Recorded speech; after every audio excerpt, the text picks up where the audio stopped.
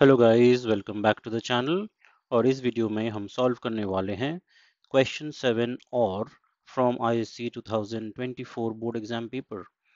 Detail में discuss करेंगे सारे सॉल्यूशंस को।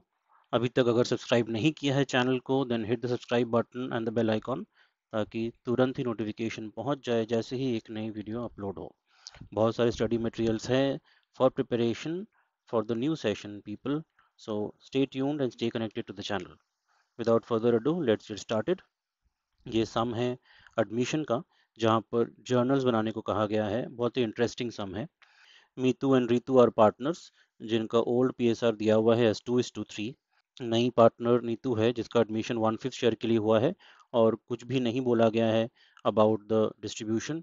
सो पुराने पार्टनर्स अपना ओल्ड रेशियो जो है 2:3 का वो रिटेन करेंगे, उसी रेशियो में सेक्रीफाइस भी करेंगे। तो न्यू पीएसआर बन जा रहा है 8:12:5। 1/5 दे दिया नीतू को, बचा 4/5। वो दोनों पार्टनर मीतू और रितु 2:3 रेशियो में ही आपस में बांट लेंगे। रेशियो बन जाता है 8:12:5 और सैक्रिफाइसिंग रेशियो सेम ही रहेगा, क्योंकि ओल्ड पीएसआर और न्यू पीएसआर ओल्ड पार्टनर्स का सेम है और ये बहुत काम आने वाला है हमारे। शुरू करते हैं सम वन बाई वन। जैसे जैसे हम आगे बढ़ेंगे बैलेंस शीट आइटम्स के, वैसे वैसे जर्नल्स भी करते रहेंगे। फर्स्ट आइटम है वर्कमैन कॉम्पनसेशन रिजर्व 30,000।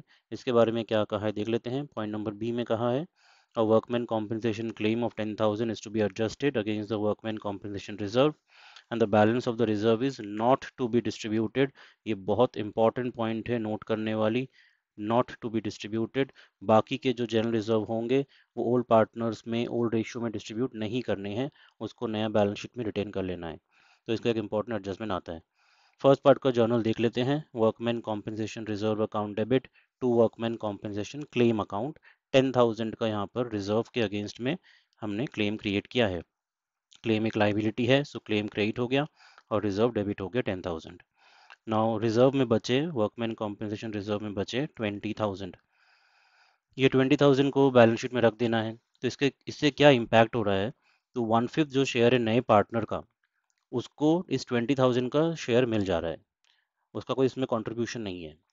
तो यहाँ पे नेक्स्ट जर्नल देखो, 1/5 और 20,000 हो रहा है 4,000। नीतू को 4,000 बैठे बिठाए मिल जा रहा है, शी इज गेनिंग 4,000। इसके लिए उसको सैक्रिफाइसिंग पार्टनर्स को सैक्रिफाइसिंग रेशियो में कॉम्पेंसेट करना होगा।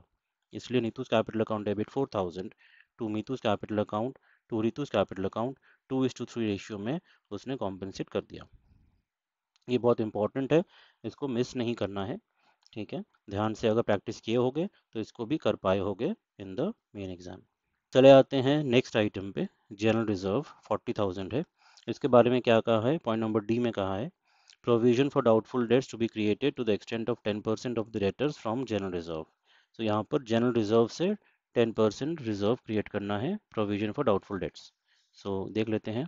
General reserve account debit to provision for doubtful debts 10% of debtors. Debtors हमारा 1 लाख का है, सो 10% ऑफ डेटर्स हो गया 10,000। यहाँ पे हमने प्रोविजन क्रिएट कर दिया। अब जनरल रिजर्व में बचे हैं 30,000। सेकेंड पार्ट पढ़ लेते हैं। The remaining amount in the general reserve is to be distributed, मतलब डिस्ट्रीब्यूट करना है। तो बाकी का जो जनरल रिजर्व है 30,000, वो ओल्ड पार्टनर्स के बीच में ओल्ड रेशियो में डिस्ट्रीब्यूट हो जाएगा। सो 30,000 डिस्ट्रीब्यूट हो गया 2:3 रेशियो में, विच इज 12,000 एंड 18,000। ठीक है, जैसे जैसे क्वेश्चन पढ़ते रहोगे वैसे वैसे सम करते रहोगे, गलतियां नहीं होंगी। क्वेश्चन को बहुत ही ध्यान से पढ़ना है। चले आते हैं इन्वेस्टमेंट फ्लक्चुएशन रिजर्व में, जहाँ पे 10,000 है और इन्वेस्टमेंट्स है जिसका मार्केट वैल्यू है 76,000 लेकिन बुक वैल्यू है 80,000, मतलब 4,000 का यहाँ पे एक लॉस है। देख लेते हैं पॉइंट नंबर सी में क्या बोला है। Any loss in the value of investments to be adjusted against the investment fluctuation reserve. कुछ भी अगर लॉस है तो वो आईएफआर के अगेंस्ट एडजस्ट हो जाएगा और बैलेंस जो है वो भी डिस्ट्रीब्यूट हो जाएगा। तो देख लेते हैं journal. Investment fluctuation reserve account debit 10,000 जो कि रिजर्व अमाउंट है, टू इन्वेस्टमेंट्स 4,000 जो कि लॉस अमाउंट है। बाकी के जो बचे 6,000 वो मीतू और रितु के बीच में डिस्ट्रीब्यूट हो जाएंगे ओल्ड पार्टनर्स के बीच में इन देयर ओल्ड पीएसआर। ठीक है, सो उनका शेयर हो गया 2400 और 3600। सो इन्वेस्टमेंट्स भी हो गया, सनडेटर्स भी हो गया और लास्ट आइटम जो बचा हमारे पास profit and loss account, point number A में बोला हुआ है accumulated losses if any to be written off। तो इसी के बारे में बात हो रहा है, इसको राइट ऑफ कर देते हैं। मीतूज कैपिटल अकाउंट डेबिट रितु's capital account debit to profit and loss account, ये भी ओल्ड पीएसआर में ओल्ड पार्टनर्स के बीच में डिस्ट्रीब्यूट हो जाएगा। 22 और 33,000 उनका इंडिविजुअल अमाउंट है। तो यही थे जर्नल्स इस सम के। अगर कोई क्वेश्चन रहते हैं, कोई डाउट्स रहता है, do let me know in the comments box below, I will help you out. अपने दोस्तों के संग भी शेयर कर दो ताकि वो भी चेक कर पाए क्या क्या सही हुआ है। अगर कुछ गलत हुआ है तो फिक्र करने की बात नहीं है, स्टेप मार्किंग मिलते हैं, पूरा सम गलत नहीं जाएगा, तो उसके लिए फिक्र बिल्कुल मत करना।